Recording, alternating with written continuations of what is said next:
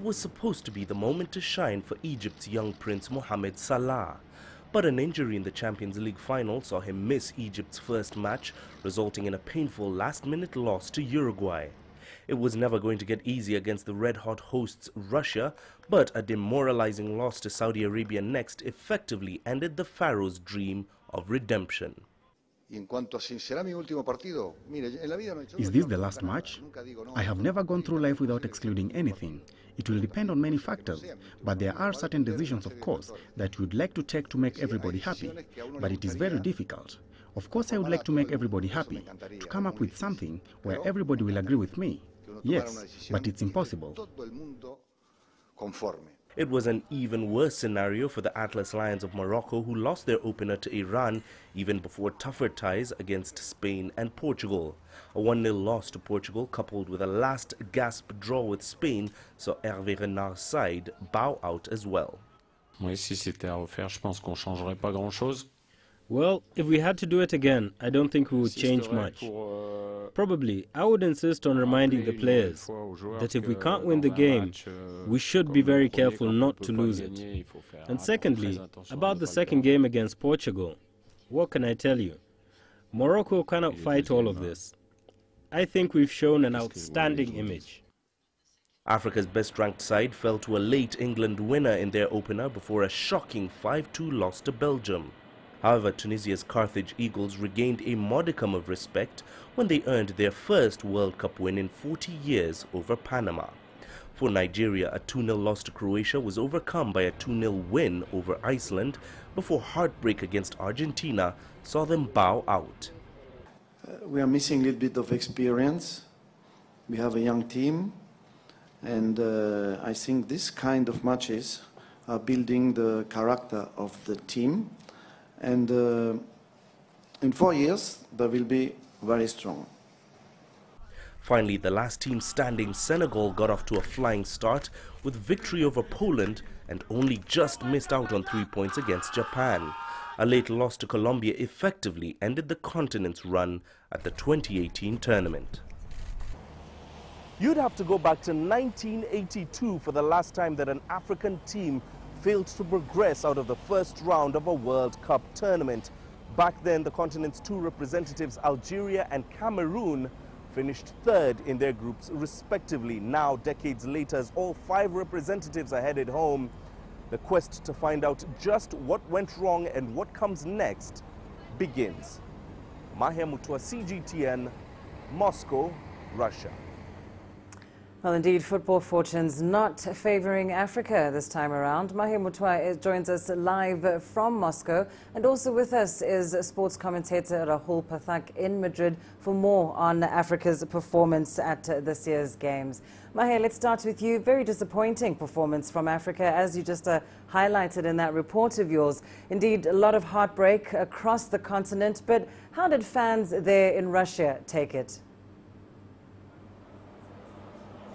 Well, Lindy, just as you mentioned, disappointment across the board from the fans of the 5 nations. A lot of questions being asked from all these fans, different questions ranging from Tunisia asking whether head coach Nabil Maloul made the right decisions. Nigerian fans talking about the squad selection in their final match, all the way to Egyptian fans asking whether Hector Cooper was indeed the right man for the job from the start. So a lot of confusion, a lot of disappointment, but probably the most disappointment came from the Senegalese fans that we spoke to. Funny enough, they were the last team in the competition remaining going into that final match against Colombia. You'll remember they really felt that they had the opportunity to carry the mantle for African teams after all 4 other teams were eliminated, and they were absolutely gutted after that 1-0 loss to Colombia. Indeed, we all were. We'll come back to that in just a moment. Rahul, I want to come to you for a moment now. As we heard Mahia say, there are a lot of questions being asked about why African teams failed to progress. Was it the coaches? Was it team selection? In your view, what are the key lessons that African teams will pick up from these games?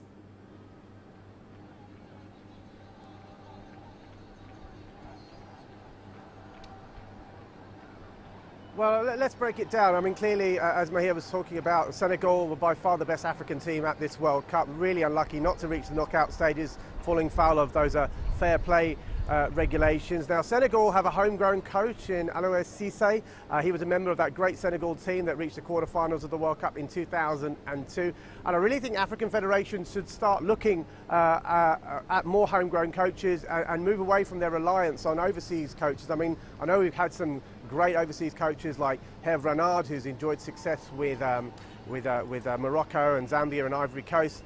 But you've also had homegrown coaches as well as Cisse, is the great Stephen Keshi of Nigeria, the late great Stephen Keshi, who won the Africa Cup of Nations with Nigeria, but really fell foul of the Nigeria Football Federation, and arguments with them sort of ruined his tenure. I think now is possibly the time for those federations in Africa to look within their own systems and maybe promote the talent they have on the touchline to best fulfill the undoubted potential that they have on the pitch.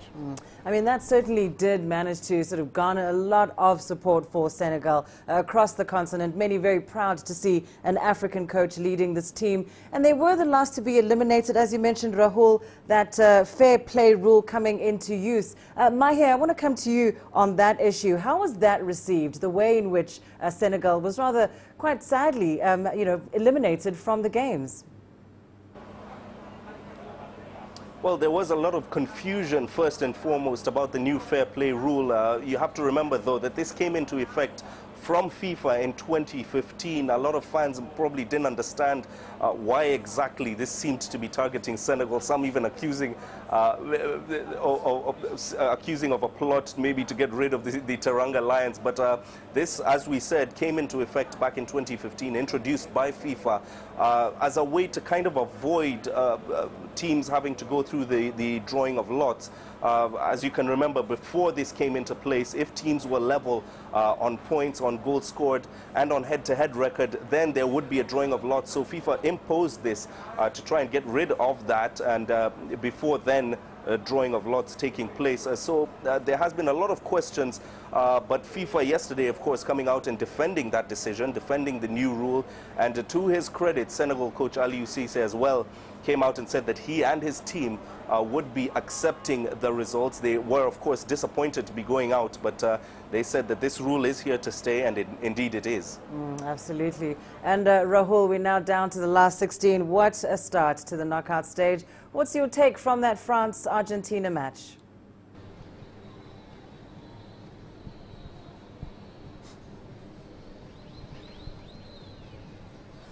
Yeah, 4-3, not a bad start, was it? I guess the main thing I'm taking from that is the king is dead in Lionel Messi. Long live the king in Kylian Mbappe. I really think you saw the torch being passed from one great number 10 in Messi to Mbappe, the PSG star. He was fantastic, undoubtedly the man of the match, a real complete striker's performance. And of course, actually, he becomes, one thing I should say, he becomes the first teenager. He's only 19, remember, first teenager to score twice in a World Cup knockout match since some kid called Pele in 1958 for Brazil. That was in the World Cup in Sweden. As for Lionel Messi, you know what? He didn't play badly. Two of the three goals that Argentina scored, he created two of them. I think he's surrounded by a team. He's really been let down by his teammates. He must have looked enviously at the players that Mbappe was playing in and wonder what he could have achieved with that kind of lineup, with that kind of quality. Everyone says this will be the last time we see Messi in an Argentina shirt.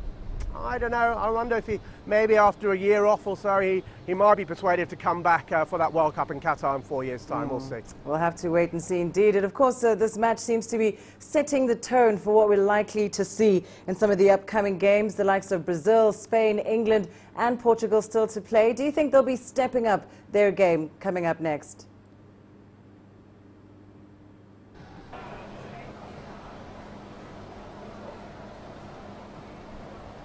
Well, they'll have to. I mean, it's the World Cup knockouts. If they don't step up, they'll be going home. I'm quite glad you see teams like England are a big team. That's very flattering of you. Thank you. England have got a very young, exciting team. There's a lot of confidence back in England, especially with the media about what this team could do. But I think Colombia will have too much for them, you know. Even without James Rodriguez, we'll have to see how that one goes. Brazil, I think Neymar is coming back to top form after his very long injury layoff, and I think he'll be very important for them. They seem to be peaking at the right time. Spain were my pick to win the World Cup before it started, so I guess I have to stick with them, but I was really concerned about their defence against Morocco. If they can get that sorted up front, they look really good. I mean, they're still a team that can score goals that no other team of world football can score. And as for Portugal, well, of course, they're taking on Uruguay right now. They're currently 1-0 down to Uruguay. Edinson Cavani heading in the opening goal there. So things not looking good for Ronaldo and company, but still a long way to go. Indeed. Well, thank you so much, Rahul. And Mahia, just coming back to you, one just can barely imagine the mood, what the mood must be like throughout Russia. Just give us a sense of what the atmosphere has been like in the host nation. Well, of course, there was a bit of rain earlier today, but don't let that fool you. It is an absolute party atmosphere here. It took us a rather long time to get to this point right here because of all the fans walking up and down. It is an absolute cornucopia of colors, noises. Fans from all over the world are here for this tournament. And it's been an absolute fiesta of football in the first round.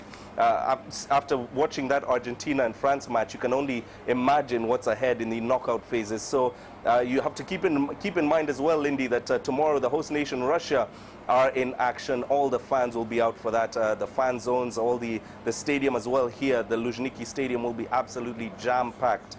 So plenty of excitement, and it's summertime in Moscow. What's not to like? It's only going to get better. Well, thank you so much, Mahia Mutua, live there in Moscow for us, and Rahul Pathak joining us from Madrid in Spain.